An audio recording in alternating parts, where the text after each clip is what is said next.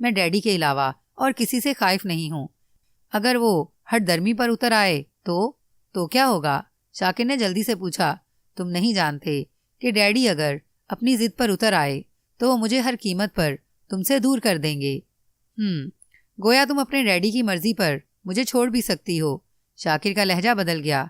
उसके चेहरे पर नागवारी के तासुरात फैलकर गहरे होने लगे। क्या मैं इसका मतलब ये समझ लूं कि तुम? नादान मत बनो, जमीला ने जज्बाती अंदाज में तेजी से कहा। अगर मुझे तुमसे मोहब्बत ना होती तो डैडी से दुश्मनी क्यों मोल लेती? फिर अगर ये बात है तो तुम पीछे क्यों हट रही हो? समझने की कोशिश करो शाकिर। इस रोज अगर वो दूसरा आदमी ऐन वक्त पर ना आ जाता तो क्या तुम मार्टन को इसके इरादों से बाज रख सकते थे? वो यकीनी तौर पर मुझे तुमसे दूर कर देता। ख्याल है तुम्हारा मैं अब इतना गया गुजरा भी नहीं हूँ कि आसानी से किसी की धौंस में आ जाऊं। फिर भी दुश्मन से मोहतात रहना अक्लमंदी है। जमीला ने अपने अल्फाज पर जोर देते हुए कहा। आखिर ये शहर छोड़ देने में हर्जी क्या है? हम किसी दूर दराज शहर में भी रहकर आराम से जिंदगी गुजार सकते हैं। ठीक है, मैं फिर किसी वक्त इस मसले पर गौर करूंगा। जमीला ने इस बार फौरन ही कोई जवाब नहीं दिया। चंद सानिये तक वो शाकिर को शिकायत भरी निगाहों से घूरती रही, फिर नजरें नीची करके रह गई। कर्नल जमशेद को आखिर मुझसे किस किस्म की परखाश है? शाकिर ने तवील खामोशी के बाद कहा। तुम्हारी पहली शादी और इसके पुरस्रार हालात ने इन्हें तुम्हारी तरफ से मुतनफ़र कर दिया है। क्या मतलब? शाकिर चौंका था। इन्हें मेरी साबका जिंदगी के बारे में किस तरह हालात का इल्म हो गया? मैंने बताया था। क्यों? मेरे ख्याल में इसमें कोई हर्ज भी नहीं था। जमीला ने जल्दी से जवाब दिया।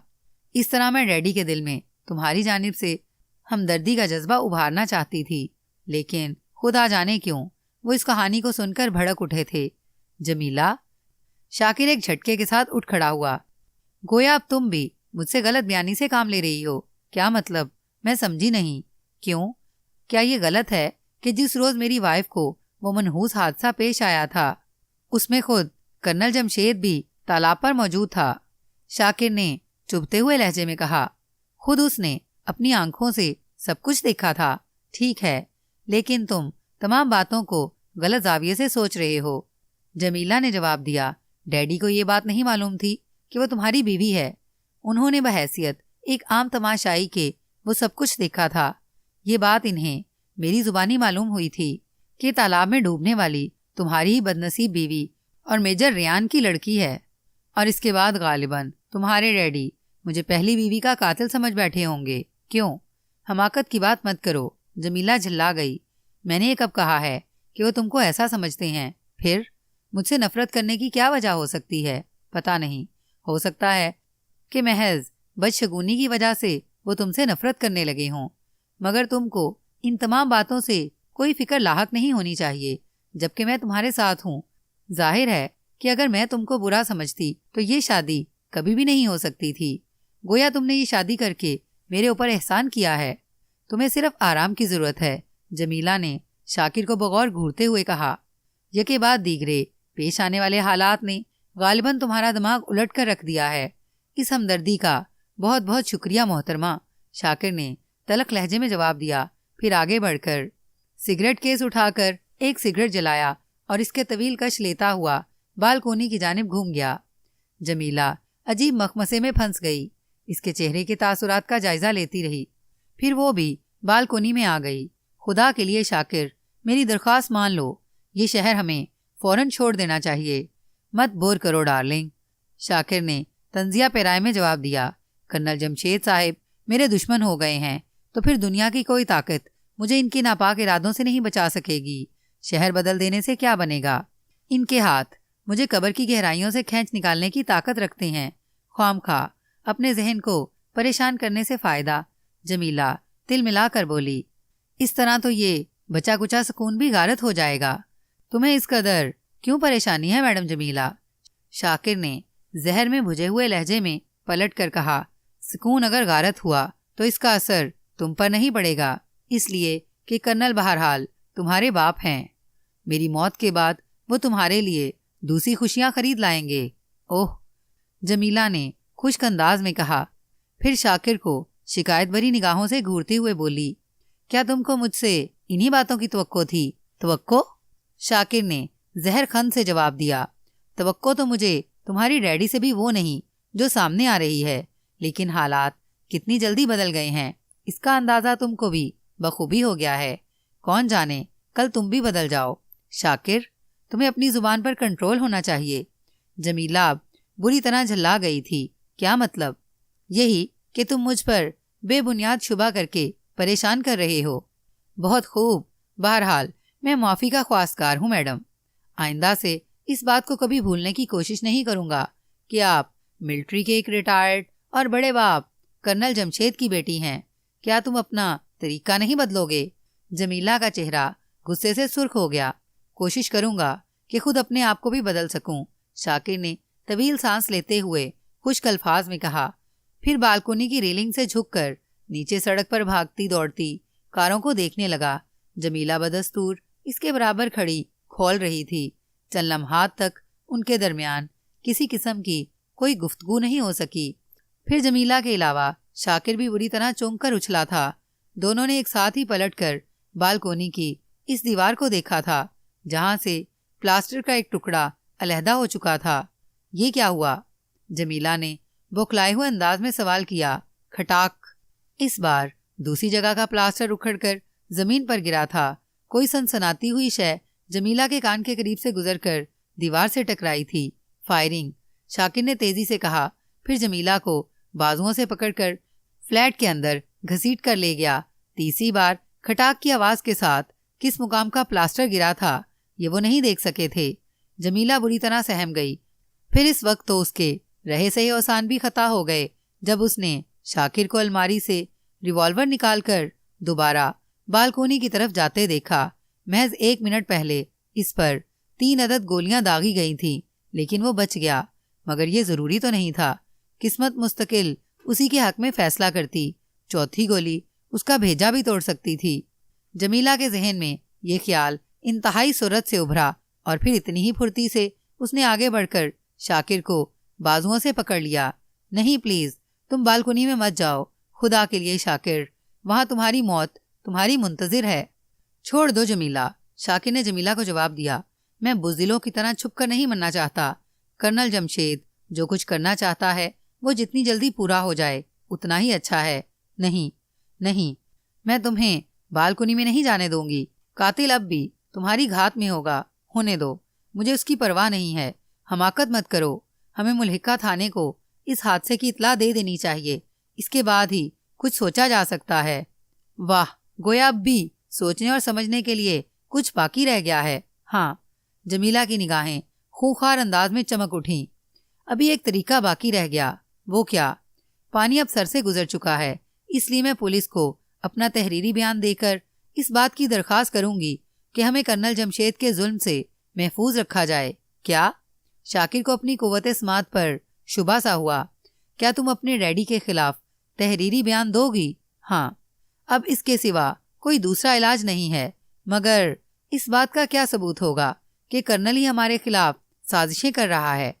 इसकी फिक्र मत करो, मैं पुलिस को मुतमईन करने के लिए बेहतरीन सबूत फराहम कर सकती हूँ। जमीला ने फैसलाकुन लहजे में जवाब दिया। फिर आगे बढ़कर फोन का रिसीवर उठाया और थाने के नंबर डायल करने लगी। दानिश मंजिल पहुंचकर इमरान ने अपनी ट्विस्टर पोर्टिको में पार्क की। फिर दरवाज़ा खोलकर नीचे आ गया। इस वक्त वो अपने असल हुलिये में था, इसलिए जाहिर है कि सफ्तर ने उसे शिनाख्त कर लिया था। ओह, आप? उसने इमरान के करीब आते हुए हैरत से पूछा।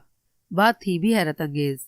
अभी कुछ पहले ही X2 ने 2 कैदियों को दानिश मंजिल के लिए रवाना किया था।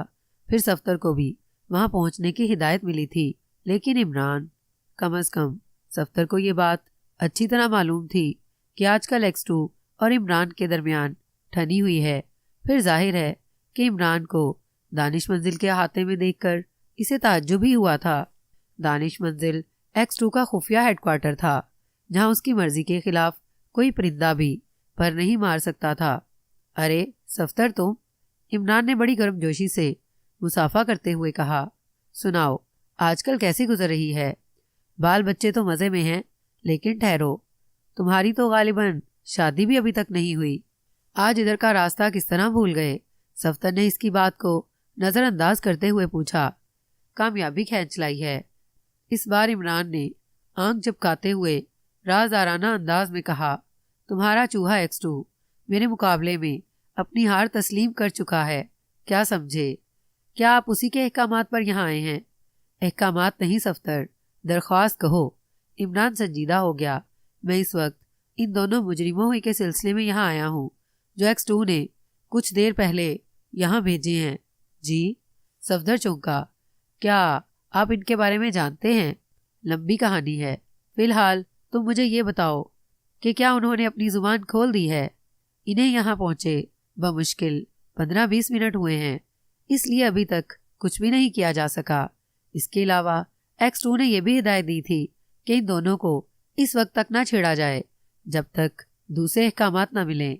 आओ मेरे साथ, मैं देखता हूँ कि इन दोनों के जबड़े कितने मजबूत हैं। क्या आप कुछ देर इंतजार नहीं कर सकते? सफ्तर ने हिचकिचाते हुए जवाब दिया। मेरा मकसद है कि जब तक। फिर वो अपना जुमला मुकम्मल नहीं कर सका था। इसके शाने पर लटके हुए कैमरे नुमा सफरी ट्रांसमीटर पर सिग्नल मौसूल होने लगे। जुमला नामुकम्मल छोड़कर उसने बड़ी तेजी से ट्रांसमीटर को एडजस्ट किया।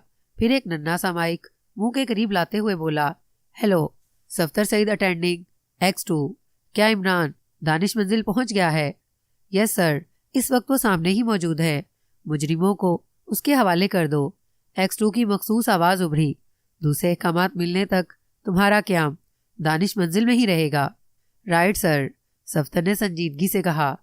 फिर दूसरी जानिब से इशारे मिलने चूके बंद हो गए थे, इसलिए उसने ट्रांसमीटर को दोबारा ठीक करके इमरान की तरफ देखा, जो बड़ी लापरवाही से मुंह दूसरी तरफ किए किसी बकरे की तरह जुगाली करने में मसरूफ था।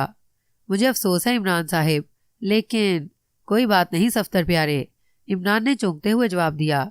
जब तक रास्ते में रुकावटें और उलझावे ना हो मुझे लुत्फ भी नहीं आता। फिर वो दोनों इस साउंड प्रूफ कमरे में आ गए जिसके दरवाजे खुदकार थे, एक मखसूस सिस्टम पर खोले और बंद किए जाते थे। मार्टन दरवाज़ा खुलने की आहट पर ही चौंक कर उठा था, लेकिन पाशा बदस्तूर बैठा रहा। उसके चेहरे पर इमरान को उलझन और मायूसी के मिले जुले तासुरात नजर आए थे। इमरान ने दरवाजे पर रुककर पहले पाशा और फिर मार्टन को घूरा, फिर आगे बढ़कर मार्टन के करीब आ गया। इस वक्त उसके चेहरे पर बड़ी खतरनाक संजीदगी मौजूद थी। सफदर इमरान के हाथ का इशारा पाकर दरवाजे पर ही जमा रह गया। तुम्हारा नाम मार्टन है, क्यों? इमरान बोला। तखातुब मार्टन ही से था। हाँ, मुझे मार्टन कहते हैं। मार्टन ने सीना तान कर जवाब दिया। बज़ाहिर वो खौफजदा भी नहीं लग रहा था। मैं तुम्हारे बारे में पहले भी बहुत कुछ सुन चुका हूँ। इमरान ने च्युइंगम का एक पीस जेब से निकालकर मुंह में डालते हुए स्पार्ट लहजे में कहा। वैसे क्या तुम्हें मालूम है कि तुमको यहाँ क्यों लाया गया है? नहीं, मैं अभी तक नहीं समझ सका कि ऐसा क्यों किया गया है। क्या तुम मुझे बताओगे? ज़रूर बताऊंगा, लेकिन इससे पेशतर तुम्हें ये बताना होगा कि आजकल तुम किसके लिए काम कर रहे हो। किसी के लिए भी नहीं, मार्टन ने जवाब दिया। शाकिर के फ्लैट पर तुम और पाशा किस लिए गए थे? मैं शाकिर से वाकिफ नहीं हूँ।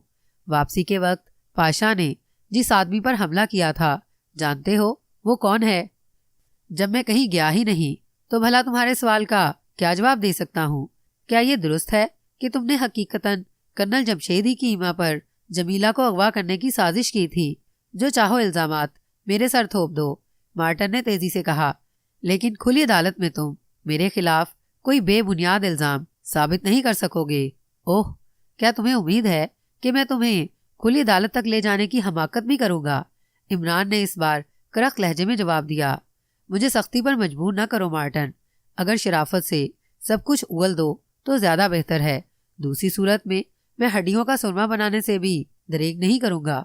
मैं नहीं समझ सका कि तुम लोग कौन हो और मुझे किस चक्कर में फंसाना चाहते हो। गोया तुम आसानी से जुबान नहीं खोलोगे, क्यों? जब मुझे किसी बात का शट अप। इमरान का उल्टा हाथ बड़ी तेजी से घूम गया। वार भरपूर और अचानक था, इसलिए मार्टन चकरा गया, मगर उसने संभलने में भी ज्यादा देर नहीं लगाई। क्या तुम मर्दों की तरह मुझसे 1 बाय 1 के असूल पर भी टकराने की हिम्मत कर सकोगे? मार्टन खूंखार लहजे में गुर्राया। वो इमरान को खा जाने वाली निगाहों से घूर रहा था। रिवॉल्वर और दूसरों के बलबूते पर गुंडागर्दी करना मेरे नज़दीक मर्दानगी नहीं है। मैं तुम्हारी ये हसरत भी पूरी किए देता हूँ। इमरान ने सर्द लहजे में जवाब दिया। अगर तुम अपनी हड्डियां तोड़वाने के दर पे हो तो भला मुझे क्या एतराज हो सकता है, लेकिन ये सोच लो कि मुझसे टकरा कर तुम खसारे में ही रहोगे। मार्टन ने आज तक खसारे का काम नहीं सीखा। ऐसी बात है तो तुम अपने दिल की भड़ास भी निकाल लो। जवाब में मार्टन ने किसी दरिंदे ही की तरह छलांग लगाई, लेकिन इमरान बेखबर नहीं था। उसने मार्टन को बड़ी खूबसूरती से झुकाई दी, फिर पुछ से उस पर छलांग लगाकर फर्श पर रगेदता चला गया। दोनों किसी जंगली भैंसों की तरह आपस में उलझे फर्श पर लुढ़कते रहे। मार्टन ने एक बार ऊपर आते ही इमरान पर भरपूर वार करना चाहा, लेकिन ठीक उसी वक्त इमरान ने घुटने जोड़कर पूरी कुव्वत से उसे दूसरी तरफ उछाल दिया। फिर वो तेजी से उठा था। मार्टन अब भी बाज आ जाओ वरना। लेकिन इमरान जुमला मुकम्मल करने से पहले ही तेजी से बाएं जानिब हट गया। अगर ना हटा होता तो मार्टन फिजा में उड़ने के बाद पूरी कुव्वत से उसी से टकराया होता। वार खाली जाने की सूरत में जाहिर है कि वह मुंह के बल फर्श पर गिरा था। फिर इससे पेशतर कि वह दोबारा संभल पाता। इमरान ने छलांग लगाई और इसे ऊपर से दबोच लिया। दूसरे ही लम्हे वो दोनों हाथों से उसके बालों को जकड़कर पूरी कुव्वत से जमीन पर टकरा रहा था। अंदाज ऐसा ही था जैसे किसी खलंडरे बंदर के हाथ नारियल आ गया हो। मार्टन की कर्बनाक चीखें कमरे में गूंजती रही। उसने 2-4 बार पूरी कुव्वत लगाकर इमरान को ऊपर से झटकना भी चाहा, लेकिन बेसुध। इमरान जोंक ही की तरह उसके जिस्म से चिमट कर रह गया था। 5 मिनट बाद ही मार्टन के सारे कसबल निकल गए। उसकी पेशानी से खून के फवारे छूट रहे थे, लेकिन इमरान का अमल बदस्तूर जारी था। बताता हूँ, मार्टन ने हाँफते हुए कहा और इमरान इसे छोड़कर दूर हट गया। वैसे इसकी खूंखार नजरें इस वक्त भी मार्टन के चेहरे पर मरकूज थीं। सफ्तर बदस्तूर दरवाजे पर जमा खड़ा था और पाशा सहमे हुए अंदाज में अपने होंठ पर जुबान फेर रहा था। चलो अब शुरू हो जाओ मार्टन, इमरान सांप जैसे अंदाज में फिपकारा। तुम शाकिर के फ्लैट पर किसकी हिमा से गए थे? मुझे नहीं मालूम। क्या मतलब? क्या अभी मुझे तुम्हारी मजीद धुनाई करनी पड़ेगी? नहीं। मार्टन अपने चेहरे से खून साफ करता हुआ बोला। मैं कसम खाता हूँ कि मुझे इल्म नहीं है कि वो कौन था। मैं वजाहत से सुनना पसंद करूंगा। वो कौन था ये मैं नहीं कह सकता। मार्टन ने बदस्तूर हाँफते हुए कहना शुरू किया। फोन पर इसने मुझे अपना नाम कर्नल जमशेद ही बताया था। 4000 के एवज मेरे जिम्मे। बस इतना ही काम सौंपा गया था कि मैं शाकिर और उसकी खूबसूरत बीवी को खौफजदा कर दूं। क्या मतलब? इमरान ने चौंकते हुए पूछा। क्या ये गलत है कि तुमने शाकिर की बीवी को अगवा करने और शाकिर से उसके हक में तलाकनामा लिखवाने की बात नहीं की थी? की थी, लेकिन वो सब कुछ महज इन्हें खौफजदा करने के लिए ही किया गया था। ओह! इमरान के होंठ पुरख्याली अंदाज में वाह हो गए। फिर वो एक सानिये तक कुछ सोचने के बाद बोला। 4000 की रकम तुम्हें किस तरह मिली? मनी ऑर्डर के जरिए। भेजने वाले के नाम की जगह भी कर्नल जमशेद दर्ज था, लेकिन वो पता जो नाम के नीचे दर्ज था शादाब नगर की एक लॉन्ड्री का साबित हुआ। तुमने उसकी तस्दीक की जरूरत क्यों महसूस की थी? अपने इत्मीनान के लिए। शाकिर को कब से जानते हो? मेरा मतलब है कि क्या तुमने इसे पहले भी कभी देखा है? नहीं, इस रोज फ्लैट पर वो मुझे पहली ही बार नजर आया था। ठीक है, मैं तुम्हारा बयान दुरुस्त माने लेता हूँ, लेकिन एक बात मैं किसी कीमत पर भी मानने को तैयार नहीं हूँ। इमरान ने कुछ सोचते हुए सवाल किया। महज किसी को खौफजदा करने के लिए इतनी लंबी रकम की ऑफर दी जा सकती है? मैं इसे तस्लीम नहीं करूंगा। हमें ये काम एक मखसूस मुद्दत तक जारी रखने के लिए कहा गया था। मैं समझा नहीं। इमरान चौंका। क्या तुम्हें इन लोगों को मुसलसल खौफजदा करते रहना था? हाँ, फोन पर यही तय हुआ था कि जब तक इनमें से कोई एक खत्म नहीं हो जाता हम थोड़ी थोड़ी मुद्दत के बाद इन्हें तंग करते रहें। और तुमने इसे मान लिया था? नहीं, मैंने इस पर एतराज किया था, मार्टा ने जवाब दिया। बाद में महज 1 माह की मुद्दत तय हुई थी। ओह! गोया 1 माह के अंदर अंदर दोनों में से किसी एक की मौत यकीनी थी। इस सिलसिले में मुझे कोई इल्म नहीं। बहरहाल हमारा काम 1 माह बाद खत्म हो जाता। क्या इस काम के लिए तुमको और पाशा दोनों को अलग-अलग रकम मिली थी? नहीं, मामले की बात सिर्फ मैंने तय की थी। पाशा को मैंने अपने तौर पर साथ मिला लिया था। कोई तीसरा तो इन बातों से वाकिफ नहीं है, बिल्कुल नहीं। अच्छा, तुम फिलहाल यहाँ आराम कर सकते हो, लेकिन अगर तुम्हारा बयान गलत साबित हुआ तो मुझसे बुरा कोई नहीं होगा, मुझे मंजूर है। फिर इमरान वहां ज्यादा देर नहीं रुका। पाशा पर उचटती हुई निगाह डालकर वो और सफ्तर बाहर आ गए। क्या आपको यकीन है कि मार्टन ने गलत बयानी से काम नहीं लिया? सफ्तर ने बाहर आकर इमरान से पूछा। गलत बयानी से काम लिया हो तो भी मेरी सेहत पर कोई फर्क नहीं पड़ता, इमरान लापरवाही से बोला। इसके चेहरे पर अब दोबारा हमाकत का दौर दौरा था। मुझे सिर्फ अपने काम से काम है, मैं समझा नहीं। ज्यादा समझने की कोशिश भी मत किया करो सफ्तर प्यारे। मैंने किसी किताब में पढ़ा था कि ज्यादा सोचने वालों के दिमाग में मखमल अर्र नहीं, वो क्या कहते हैं इसे, हाँ, खलल पड़ जाता है। वैसे भी कमार पने में तुम्हें ज्यादा नहीं सोचना चाहिए। आप कुछ छुपाने की कोशिश कर रहे हैं, शायद गलत समझ रहे हो।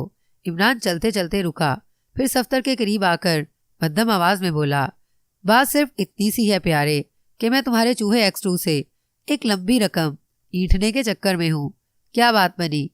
नहीं बनी ना, इसलिए तो कन्फ्यूशस ने कहा है कि कीजिए नज़ारा दूर दूर से। लेकिन नहीं, ये तो गालिबन किसी फिल्म का गाना है। फिर कन्फ्यूशस ने क्या कहा था? क्या तुम मुझे बताओगे कि जब कुछ समझ में ना आए तो उस वक्त के लिए कौन सा मुहावरा इस्तेमाल करते हैं? जूलिया के सिलसिले में आपने क्या किया? सफ्तर ने बड़ी खूबसूरती से बातों का रुख बदला। खबरदार, इमरान रूठे हुए आशिक की तरह गुर्राया। अगर तुमने कबाब में हड्डी बनने की कोशिश की तो मैं तुम्हें दूध की मक्खी की तरह हटा भी सकता हूँ, क्या समझे? सफदर मुस्कुरा कर रह गया। इसके सिवा वो और कर भी क्या सकता था? सिद्दीकी ने इन दोनों को फ्लैट की बालकोनी में देखा था। फासला दूर जरूर था। सिद्दीकी ने इसके बावजूद इस बात का अंदाजा लगा लिया था कि इनमें किस मौजू पर गुफ्तगू हो रही होगी।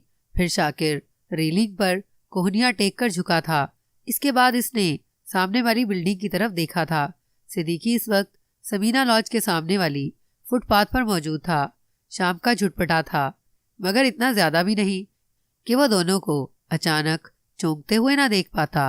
फिर उसने बालकनी के पीछे दीवार पर प्लास्टर को उखड़ते देखा था। सफेद दीवार पर स्याही का नमूदार होने वाला धब्बा इसको चौंका देने के लिए काफी था। 1 मिनट बाद ही वैसा एक और धब्बा नजर आया। इसके बाद तीसरी जगह से प्लास्टर का एक बड़ा टुकड़ा उधड़कर नीचे आ रहा। फिर शाकिर ने लड़की को पकड़कर फ्लैट के अंदर खींच लिया। फायरिंग! सिद्दीकी के जहन ने करवट ली और दूसरे ही लम्हे वो तेजी से सड़क अबूर करके समीना लॉज वाली फुटपाथ पर आ गया। मकसद सामने वाली इमारतों का जायजा लेने से था। अगर इसका ख्याल दुरुस्त था तो फायरिंग करने वाले सामने वाली इमारतों ही में से किसी एक में रहे होंगे। एक बात तो उसकी समझ में आ गई थी कि फायर साइलेंसर लगी हुई किसी राइफल से किया गया होगा, मगर फायरिंग करने का मकसद क्या था? दूसरी बात ज्यादा हैरत अंगेज थी। अगर फायरिंग का मकसद शाकिर और जमीला को हलाक करने से था तो फिर वो बच किस तरह गए? सिद्दीकी के अंदाजे के मुताबिक कुल 3 गोलियां चली थी, मगर इनमें से कोई एक भी निशाने पर नहीं लगी। लेकिन क्यों? क्या फायरिंग करने वाला अनाड़ी ही रहा होगा या फिर उसने जानबूझकर इन्हें बचाने की कोशिश की थी? सिद्दीकी सामने वाली इमारतों का जायजा लेता रहा, लेकिन अभी तक वो बालकोनी और खिड़कियों में नजर आने वाले चेहरों में से किसी एक पर भी मुजरिम होने का शुबा नहीं कर सका था। उसका जहन बड़ी तेजी से मुख्तलिफ बातों पर गौर कर रहा था। 15 मिनट इसी तरह गुजर गए। फिर सिद्दीकी चौंका था। समीना लॉज के सामने रुकने वाली जीप से इंस्पेक्टर करीमी को उतरते देखकर फौरी तौर पर उसने यही नतीजा अखज़ किया था कि शाकिर ने मुलेका थाने को पेश आने वाले हादसे की इतला कर दी होगी। अंदाजा गलत नहीं निकला। इंस्पेक्टर करीमी जीप से उतरकर सीधा समीना लॉज में गया था। सिद्दीकी एक लम्हे तक अपनी जगह खड़ा कुछ सोचता रहा, फिर वो भी इमारत में दाखिल हो गया। चौथी मंजिल पर पहुंचकर वो एक सानिये के लिए ठिठका। यहाँ कोई ऐसी जगह नहीं थी जहाँ रुककर वो अंदर होने वाली गुफ्तगू सुन पाता। जीने इस वक्त सुनसान ही थे, लेकिन इनमें रहने वालों का गुजर भी मुमकिन था। सिद्दीकी पर इनका शुबा करना बेजाना था। अचानक सिद्दीकी की आंखें चमक उठी। बाकी जीने तय करके वो ठीक 22 नंबर वाले फ्लैट के दरवाजे के बराबर पहुंचकर रुक गया।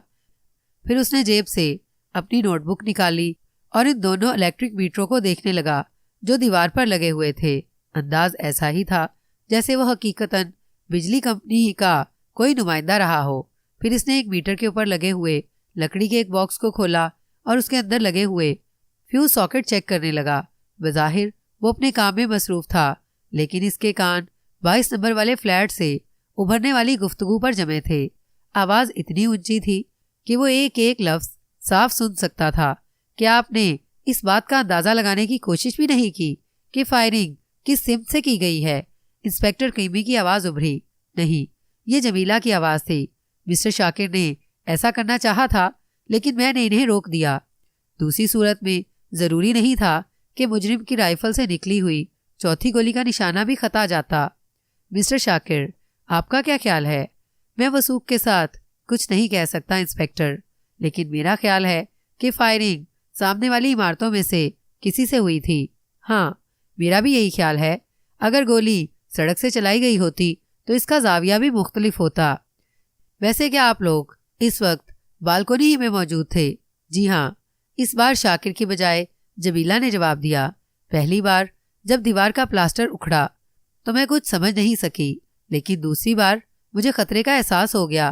किस्मत अच्छी थी जो मैं बच गई, वरना दूसरी गोली मेरे कान के बिल्कुल करीब ही से गुजरी थी। फिर तीसरा फायर इस वक्त हुआ जब हम अंदर आ गए।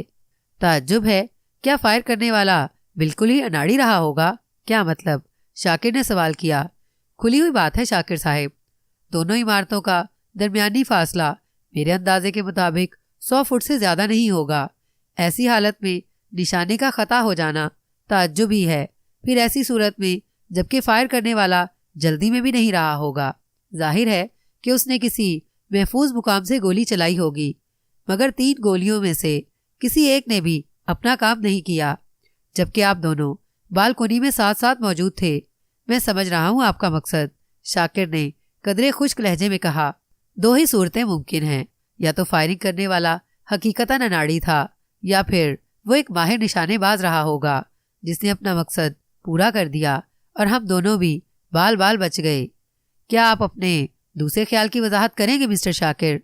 सॉरी इंस्पेक्टर, मैं इससे ज़्यादा और कुछ नहीं कह सकता। कोई ऐसी खास बात जो आप जानबूझकर छुपाना चाहते हैं? इंस्पेक्टर क्रीमी का लहजा मायनी खेज था। मुझे अफसोस है कि मैं इस सिलसिले में कुछ भी नहीं कह सकूंगा। कोई वजह? मैं बताती हूँ इंस्पेक्टर, जमीला की आवाज़ सुनाई दी। दरअसल मिस्टर शाकिर मेरे डैडी का नाम लेते हुए घबरा रहे हैं। ओह, तो क्या आपको यकीन है कि इस बार भी आपके डैडी ही ने यह ड्रामा स्टेज किया होगा? हालात कुछ ऐसे ही हैं इंस्पेक्टर कि मैं ये समझने पर मजबूर हूँ। समझ गया, गोया कर्नल जमशेद आप दोनों की अलहदगी के लिए ये सब कुछ कर रहे हैं।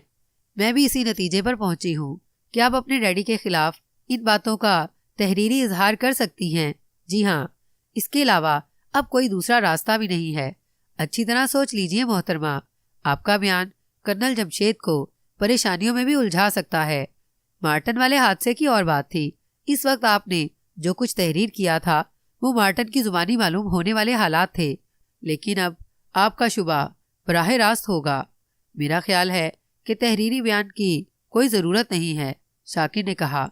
मैं मौत से नहीं डरता। जो कुछ होना है इसे शायद तहरीरी बयानात नहीं रोक सकेंगे। ये मेरा और डैडी का ज़ाती मामला है, इसलिए तुम दरमियान में मत बोलो, जमीला ने तेज़ी से कहा। फिर वो शायद इंस्पेक्टर करीमी से मुखातिब हुई थी। मैं बखुशी आपको अपना तहरीरी बयान देने को तैयार हूँ, आपकी मर्जी पर मुनहसिर है। फिर थोड़ी देर तक खामोश रही। सदीकी ने जल्दी जल्दी मीटर को बंद किया, फिर तेजी से जीने तय करता हुआ नीचे आ गया। 2 मिनट बाद ही वो एक फोन बूथ में था। जेब से सफरी ट्रांसमीटर निकालकर उसने X2 की फ्रिक्वेंसी मिलाई, फिर जल्दी जल्दी पूरे हालात बताता चला गया। क्योंकि राब्ता कायम होने में ज्यादा देर नहीं लगी थी। तुम इस वक्त कहाँ से बोल रहे हो? एक पब्लिक बूथ से जनाब। इस बात का कोई अंदाजा हुआ कि फायर किस इमारत से किया गया है? मैंने कोशिश की थी लेकिन कामयाबी नहीं हुई। क्या इंस्पेक्टर करीमी अभी तक समीना लॉज में मौजूद है? जी हाँ, मेरा ख्याल है कि जमीला इसे अपना तहरीरी बयान दे रही होगी। हाँ, हो सकता है। बहरहाल मैं तुम्हारी कारकर्दगी से खुश हूँ। दूसरी जानिब से X2 की आवाज़ सुनाई दी। मौजूदा हादसा मेरे लिए बहुत कारआमद साबित होगा। मेरे लिए अब क्या हुक्म है जनाब? तुम वहीं रुकोगे?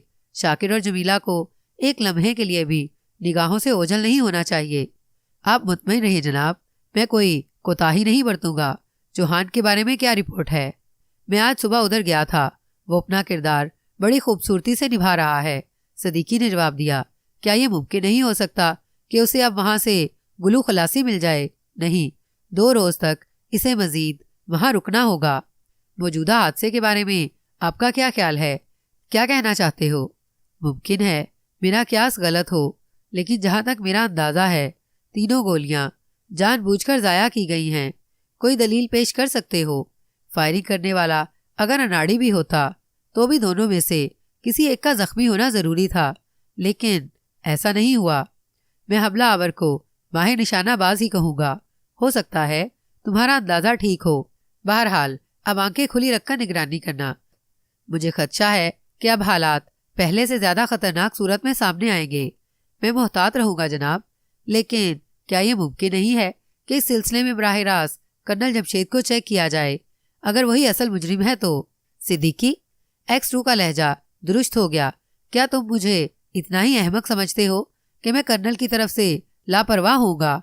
माफी चाहता हूँ जनाब, सिद्दीकी ने थूक निगलते हुए जल्दी से कहा।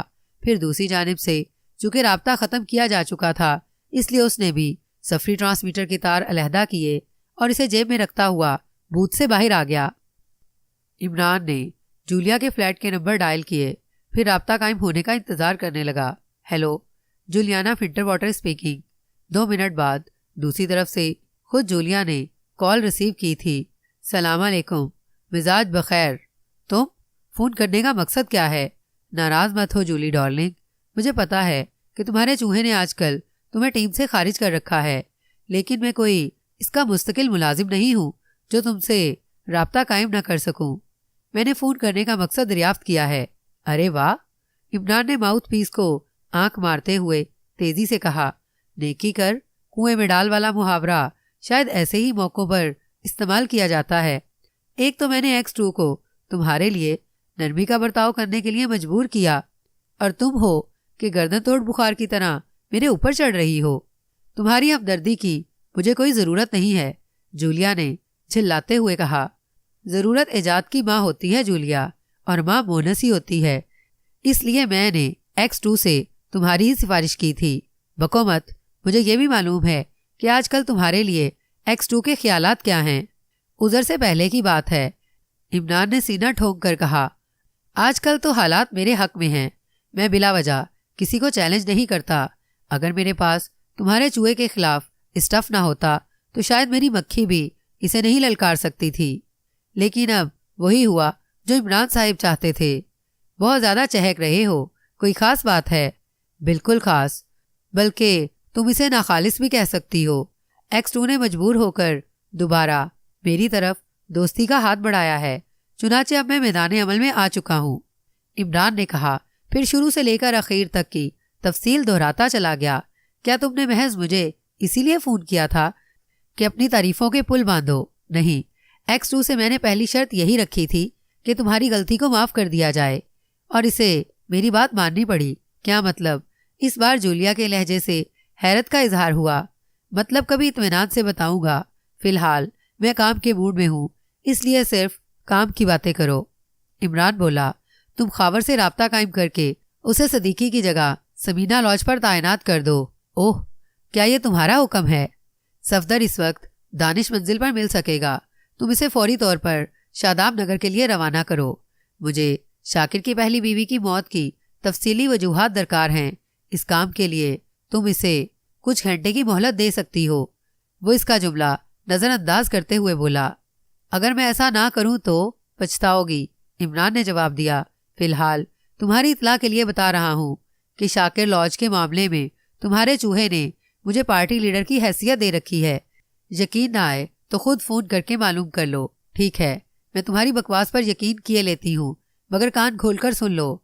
अगर इसमें कोई गलत बात निकली तो मैं तुमको शूट कर दूंगी। बड़ी खुशी होगी तुम्हारे हाथों मरकर मुझे। कम अज कम शहीद उल्फत का मर्तबा मिल जाएगा। वैसे अगर तुम गोली बंदूक की बजाय निगाहों से काम लो तो ज़्यादा मुनासिब है। इस तरह मुझे मरने में भी ज़्यादा आसानी होगी। बको मत। सफ्तर को शादाब नगर रवाना करने से क्या फ़ायदा होगा? जूलिया ने पूछा। क्या तुमको इस हादसे की तफसील नहीं मालूम जो शाकिर की पहली बीवी को पेश आया था? वो सतही तफसीलात थी। सफ्तर से कहो कि वो बराह रास्त मेजर रब्बानी से मिलकर हालात मालूम करे। ठीक है, मैं खावर और सफदर दोनों को फ़ोन किए देती हूँ, लेकिन 1 मिनट। क्या ये अहकामात तुम्हारी तरफ से दिए जाएंगे? बिल्कुल बिल्कुल। वैसे तुम अगर चाहो तो X2 का हवाला भी दे सकती हो। इमरान, जूलिया ने इस बार दोस्ताना लहजे में कहा, अगर तुम इस वक्त भी कोई संजीदा मजाक करने के मूड में हो तो कम अज कम मुझे बता दो। दूसरी सूरत में X2, मैं संजीदा हूँ जूली, इमरान ने तेजी से कहा। वैसे मुझे अफसोस है कि मेरी वजह से तुमको पार्टी के दूसरे मेंबरान के सामने सुबकी उठानी पड़ी, लेकिन मुतमईन रहो, मैं पूरी कोशिश करूंगा कि तुम्हें फिर वही मुकाम हासिल हो जाए। सिर्फ तुम्हारी ही वजह से मुझे X2 को राह रास्त पर लाना पड़ा, वरना उसके फरिश्ते भी मुझे काम के लिए आमादा नहीं कर सकते थे। एहसान जताने की कोशिश कर रहे हो, क्यों? इसका फैसला फिर कभी करूंगा। फिलहाल तुम सफ्तर और खावर के लिए हिदायत जारी कर दो। दूसरी बात ये कि तुम आज रात ठीक 11 बजे शाकिर की बीवी से मिलोगी। मैं? लेकिन क्यों? सुनती रहो जूली, इमरान संजीदगी से बोला। तुम्हारा किरदार भी वैसा ही होना चाहिए जैसा मार्टन का था, यानी तुम भी जमीला से बहैसियत कर्नल जमशेद के एजेंट के मिलोगी। कोई खास वजह? हाँ है, एक स्कीम जहन में, लेकिन कामयाबी का दारोमदार तुम्हारी अदाकाराना सलाहियतों पर मुनहसिर है। गुफ्तगू के दौरान तुम साबका हमलों के बारे में भी बड़ी आज़ादी से इजहार ख्याल कर सकती हो। सिर्फ इसका ख्याल रखना कि सिचुएशन बिगड़ने ना पाए। ठीक है, मैं समझ गई कि तुम क्या चाहते हो। अच्छा, टाटा। इमरान ने लाइन काटी। दूसरे ही सेकंड वो ब्लैक जीरो के नंबर डायल कर रहा था। राब्ता फौरन ही कायम हो गया। ब्लैक जीरो, मैं इमरान बोल रहा हूँ। Good night sir. Good night, Imran ने कहा। फिर सिद्दीकी से मालूम होने वाली तफसील बताते हुए बोला, मैंने जूलिया को आज रात 11 बजे सबीना लॉज पहुंचने का हुक्म दिया है। तुम्हें पोशीदा तौर पर उसकी निगरानी करनी होगी। अगर मुनासिब समझो तो खावर को कुछ देर के लिए वहां से हटा देना, वरना मुमकिन है कि वो तुम्हारे लिए परेशानी का बाइस साबित हो। क्या ये सब कुछ सोची समझी स्कीम के तहत होगा? हाँ, मैं सिर्फ ये देखना चाहता हूँ कि शाकिर और जमीला पर होने वाले पुरस्रार हमलों की पुष्ट पर कौन है। समझ गया। वैसे क्या आपको यकीन है कि वो हमला कर्नल जमशेद ही की ईमा पर किया गया होगा? कबल अज वक्त कुछ नहीं कहा जा सकता। दूसरी बात यह है कि आज रात ही तुमको चौहान को सिविल अस्पताल से हटा देना चाहिए। इसे सख्ती से हिदायत कर देना कि जब तक हालात साजगार नहीं हो जाते वो सिर्फ अपनी रिहाइशगाह तक महदूद रहे। बेहतर है। तनवीर को भी फिलहाल दूर ही रहना चाहिए। इमरान ने संजीदगी से जवाब दिया। फिर इसने लाइन दोबारा काटी, लेकिन फोन सेट के पास से दूर नहीं हटा। चंद सानिये तक वो कुछ सोचता रहा। फिर इसके जहन में कोई ऐसी स्कीम आई थी कि उसकी निगाहें चमक उठी। अब की बार उसने शाकिर के नंबर डायल किए थे। दूसरी तरफ से कॉल फौरन ही रिसीव कर ली गई। Yes, Shakir speaking. मुझे जमीला साहिबा से गुफ्तगू करनी है। इस बार इमरान की आवाज़ हैरत अंगेज तौर पर बदली हुई थी। कौन हो तुम? सॉरी, मैं इस सवाल का जवाब नहीं दे सकता। क्या जमीला साहिबा घर पर मौजूद नहीं हैं? तुम्हें जमीला से क्या काम है ये भी नहीं बताया जा सकता मिस्टर शाकिर। इमरान ने बदस्तूर खुश्क लहजे में कहा, मुझे सिर्फ मोहतरमा जमीला साहिबा से बात करनी है। 1 मिनट रुको, मैं जमीला को फ़ोन देता हूँ। इमरान ने जेब से च्युइंगम का पीस निकाल कर मुंह में डाला, फिर लापरवाही से उसे चबाने लगा। हेलो, मैं जमीला बोल रही हूँ। ओह फाइन। इमरान की आवाज़ दोबारा बदल गई। बोलती रहो डार्लिंग, चुप मत हो। फ़ोन पर भी तुम्हारी आवाज़ सुनकर मुझे शहद की मक्खियों की तरह मुतरन्नम आवाज़ों का गुमान हो रहा है। कौन हो तुम? जमीला ने सख्त लहजे में पूछा। शाकिर का रकीब, इमरान ने सर्द लहजे में जवाब दिया। अगर वो हरामजादा दरमियान में ना आता तो इस वक्त तुम और मैं लंदन के किसी एम्पेरियल हाउस में बैठे खुश गपियों में मसरूफ होते। Shut up. मैं नहीं समझ सकी कि तुम कौन हो। क्या मतलब? क्या अब तुम मुझे पहचानने से भी इनकार करोगी जमीला डार्लिंग? इडियट। रिसीवर पर वसीली आवाज़ उभरी। फिर दूसरी तरफ से रिसीवर क्रैडल पर रखने की आवाज़ भी सुनाई दी। इमरान ने बुरा सा मुंह बनाकर फ़ोन को घूरा, फिर रिसीवर क्रैडल पर रखकर दूसरे कमरे में आ गया।